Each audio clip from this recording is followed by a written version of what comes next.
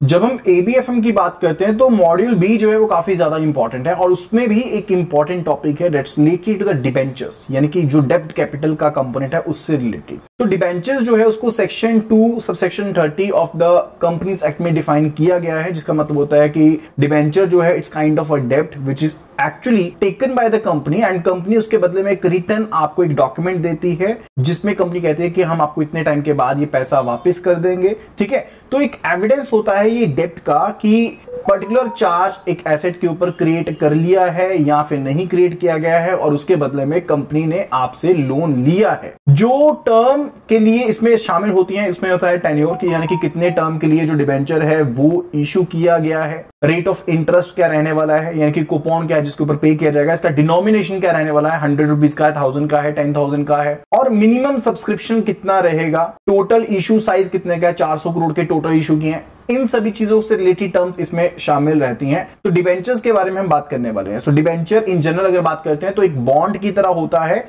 एक डेब्ट इंस्ट्रूमेंट है जो कि अनसिक्योर्ड होता है। ठीक है, लेकिन कंपैरेटिवली अगर इन जनरल बात करें तो बॉन्ड्स और डिबेंचर्स के बीच में मेनली डिफरेंस ये होता है कि डिबेंचर को फिर भी सिक्योर्ड माना जाता है जबकि डिबेंचर आपके अनसिक्योर्ड भी हो सकते हैं। अभी हम डिबेंचर्स के कुछ एक फीचर्स के बारे में बात करने वाले हैं कि डिबेंचर्स के क्या फीचर्स हैं। अभी तक का अगर आपको कंसेप्ट समझ में आया है तो वीडियो को आप लाइक कर सकते हैं और अगर पहली बार आप ये वीडियो को गो थ्रू करें तो चैनल को सब्सक्राइब जरूर कीजिए। सीआईआईबी के complete PDF free of cost available हैं हमारी वेबसाइट के ऊपर iibf.info/CAIIB पर आपको सारे के सारे पीडीएफ फ्री ऑफ कॉस्ट मिल जाएंगे, 9 के 9 पेपर्स के, उनको जरूर गो थ्रू कीजिए। लिंक आपको डिस्क्रिप्शन में भी मिल जाएगा।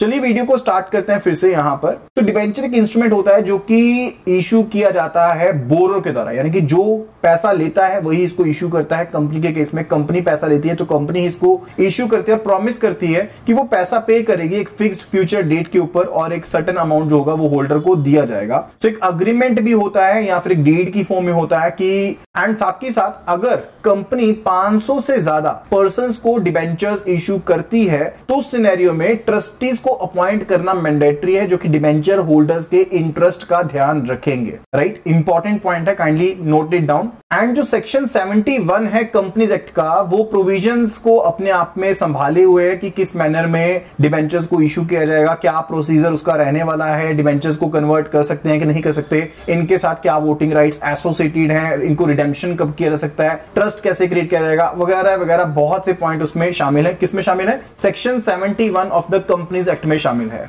डिबेंचर्स को एक पर्टिकुलर फिक्स्ड मैच्योरिटी के लिए इशू किया जाता है। फिक्स्ड मैच्योरिटी के बाद इनको पेमेंट कर दी जाएगी और मैच्योरिटी वैल्यू जो मिलती है डिबेंचर्स की after the maturity period that is said to be the redemption value, उसको रिडेम्पशन वैल्यू कहा जाता है which is a face value of the debenture. Right, इसी के तहत परपेचुअल बॉन्ड्स भी इशू किए जा सकते हैं। परपेचुअल बॉन्ड्स होते हैं जिनका कोई अंत सीमा नहीं है, यानी कि कोई मैच्योरिटी नहीं है, जो भी होल्डर होगा उसको जो कूपन होगा वो मिलता रहेगा, यानी कि इंटरेस्ट मिलता रहेगा हर एक साल या हर एक क्वार्टर के ऊपर। वो डिपेंड करता है कि आपका जो डिबेंचर है या जो बॉन्ड है वो आपको इंटरेस्ट एनुअली प्रोवाइड कर रहे हैं या फिर आपको हाफ ईयरली या क्वार्टरली प्रोवाइड कर रहे हैं। इसी तरह से फिक्स्ड रेट के डिबेंचर्स भी होते हैं जिसमें एक फिक्स्ड इंटरेस्ट रेट आपको प्रोवाइड किया जाएगा। जैसे मैंने आपको कहा कि कूपन 8% है तो फेस वैल्यू के ऊपर कूपन आपको पे किया जाएगा। मान लीजिए कि अगर फेस वैल्यू 1000 रुपीज की कूपन 8% का है तो 80 रुपीज का जो कूपन है वो आपको हर एक साल दिया जाएगा, पे किया जाएगा। एंड बहुत सी ऑप्शंस यहां पर अवेलेबल होती हैं इश्यूर के पास। लाइक एक ऑप्शन जो शामिल रहती है जो सबसे ज्यादा इंपॉर्टेंट है, बहुत से ऑप्शन में कहने का मतलब है कि डिफरेंट वेरिएंट्स के बारे में, लेकिन एक ऑप्शन जो कि as per the options available होती है that's actually the call option. Call option होता है बाय बैक की ऑप्शन होती है कि कंपनी चाहे तो अपनी इस ऑप्शन को एग्जीक्यूट कर सकती है if a debenture is issued with the call option. ठीक है,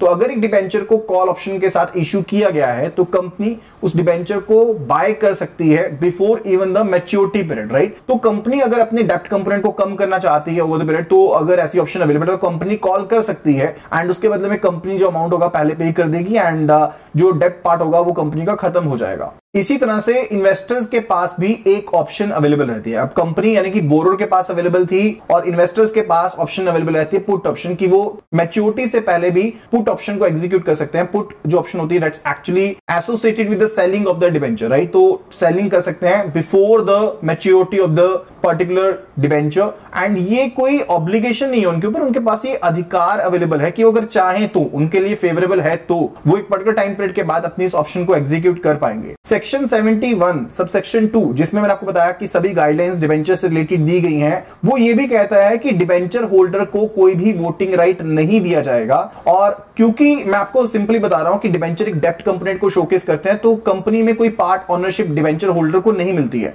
लेकिन in case of the convertibility, कि अगर आप डिबेंचर को इक्विटी में कन्वर्ट कर लेते हैं, तो उस सिनेरियो में जो डिबेंचर होल्डर होता है उसको स्टेक मिलता है कन्वर्जन के ऊपर, अदरवाइज नहीं मिलता स्टेक। एंड जो रेशियो ऑफ कन्वर्जन है एज वेल एज जो प्राइस ऑफ कन्वर्जन है, वो ऑफर डॉक्यूमेंट में पहले ही इंडिकेट किया गया होता है। तो इस वीडियो के माध्यम से हमने जाना कि डिबेंचर्स क्या होते हैं, बॉन्ड्स क्या होते हैं, क्या बेसिक इनकी गाइडलाइंस हैं, उन सभी चीजों के बारे में जाना है। तो अगर आपको ये कंटेंट पसंद आया है, आपको ये वीडियो अच्छी लगी, तो जल्दी से वीडियो को लाइक कर दीजिए और वीडियो को शेयर जरूर कीजिए अपने फ्रेंड्स के साथ, कलीग्स के साथ जो भी CIB की तैयारी कर रहे हैं। तो thank you so much and see you again in the next video.